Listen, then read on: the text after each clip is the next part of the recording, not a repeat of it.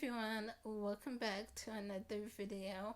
I'm Vanessa, and if you're new here, I make lots of bookish and writing related content, so if that's something you're into, stick around and don't forget to hit that subscribe button. So in today's video, I'm going to be sharing with you my most anticipated books of 2021.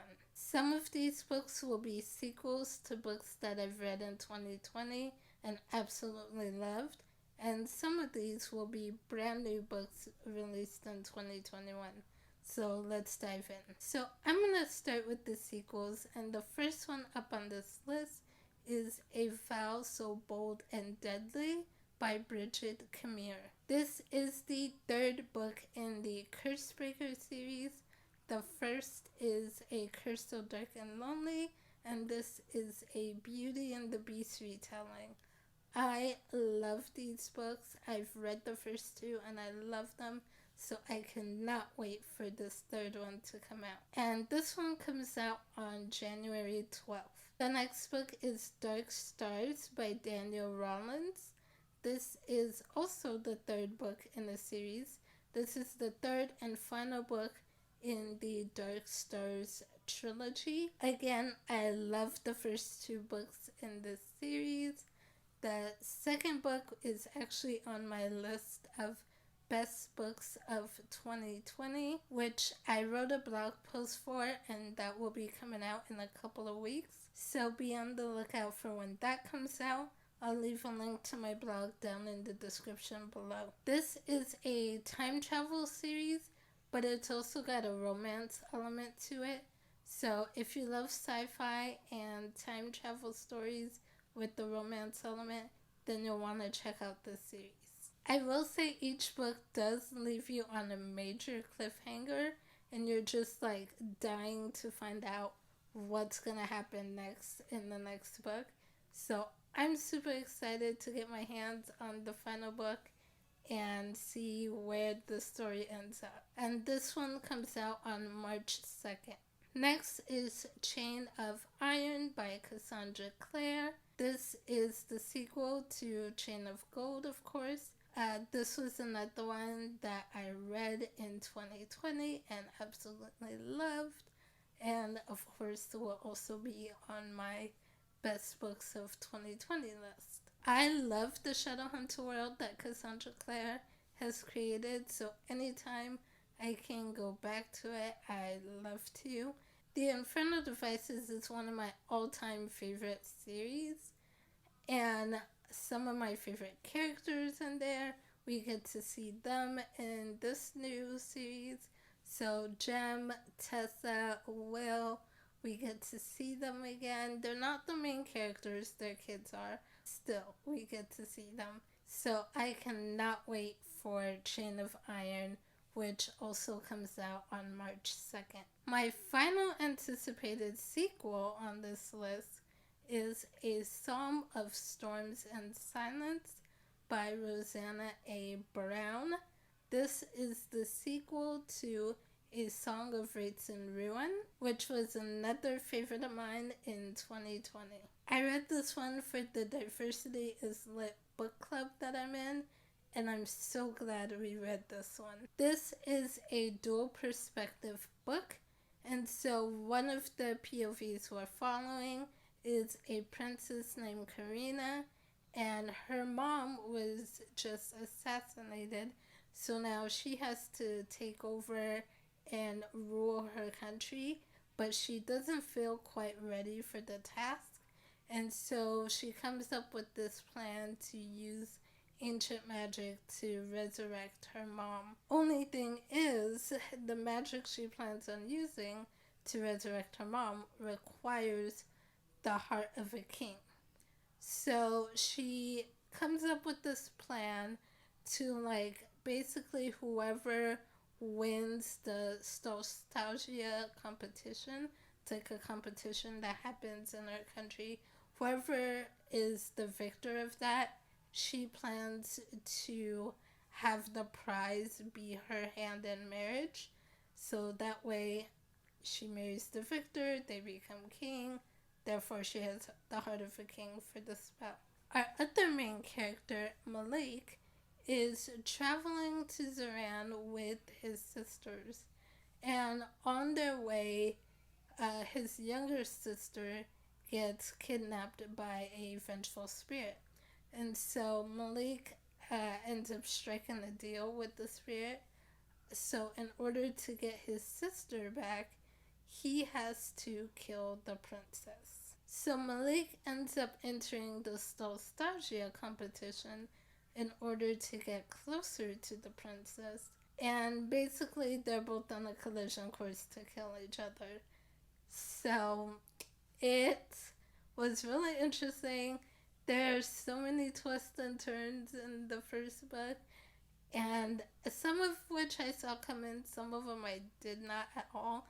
And I'm super excited for the next one. I loved the first book, so can't wait to see what happens next. This one comes out on June 1st. So those are all the sequels on my list. Now let's get to the new books coming out in 2021.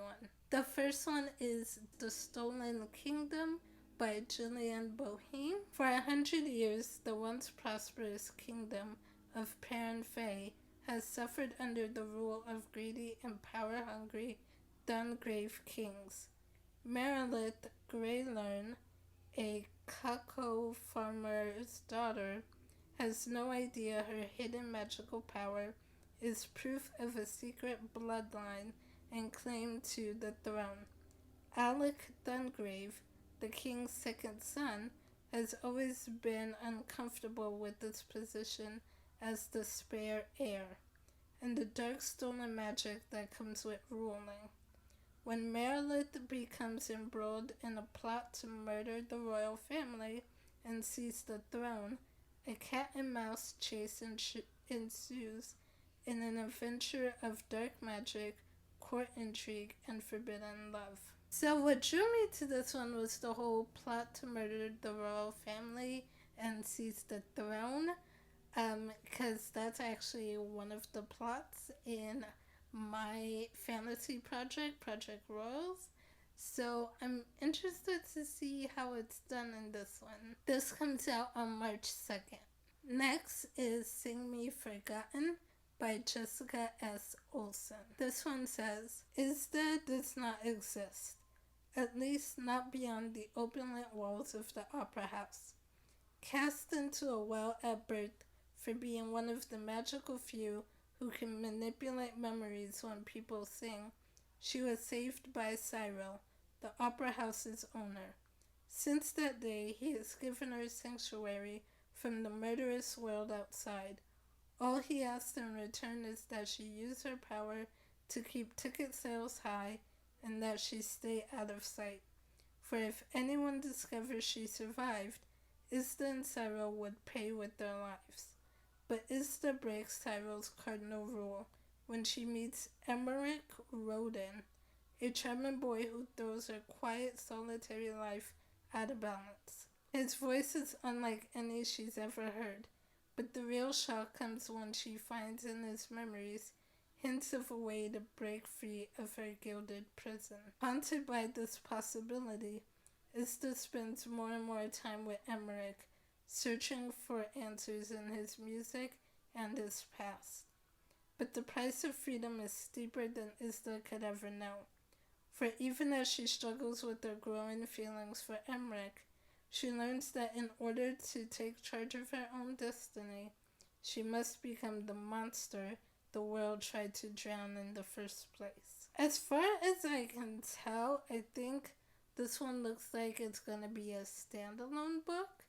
And it sounds kind of interesting, so we'll see. It comes out on March 9th. The next one on the list is The Mary Shelley Club by Goldie Moldavsky. I don't know if I'm saying that right. I'm probably not. This one says, New York Times bestselling author Goldie Moldavsky delivers a deliciously twisty YA thriller that Scream meets Karen McManus about a mysterious club with an obsession for horror. New girl Rachel Chavez is eager to make a fresh start at Manchester Prep. But as one of the few scholarship kids, Rachel struggles to fit in, and when she gets caught up in a prank gone awry, she ends up with more enemies than friends. To her surprise, however, the prank attracts the attention of the Mary Shelley Club, a secret club of students with one objective: come up with the scariest prank to orchestrate real fear. But as the pranks escalate, the competition turns cutthroat and takes on a life of its own. When the tables are turned and someone targets the club itself, Rachel must track down the real-life monster in their midst, even if it means finally confronting the dark secrets from her past. I love a good YA thriller, and this one was being compared to Karen McManus, which Karen McManus, if you don't know, she wrote One of Us is Lying, One of Us is Next, and Two Can Keep a Secret. I've read all those. I've loved all those. And I love Karen McManus's books. So if this is being compared to that, and it's a YA thriller, then you know I gotta get my hands on it. I'm super excited for this one. This one comes out on April 13th. Next up is The Forest of Stolen Girls by June Her. So I'm probably going to be saying the names wrong for the synopsis, but I'm going to try. Okay, so it says, Wani's family has never been the same since she and her younger sister went missing and were later found unconscious in the forest near a gruesome crime scene. The only thing they remember, their captor wore a painted white mask. To escape the haunting memories of this incident, the family flees their hometown. Years later, Detective Min, Wani's father, learns that 13 girls have recently disappeared under similar circumstances, and so he returns to their hometown to investigate, only to vanish as well. Determined to find her father and solve the case that tore their family apart, Wani returns home to pick up the trail.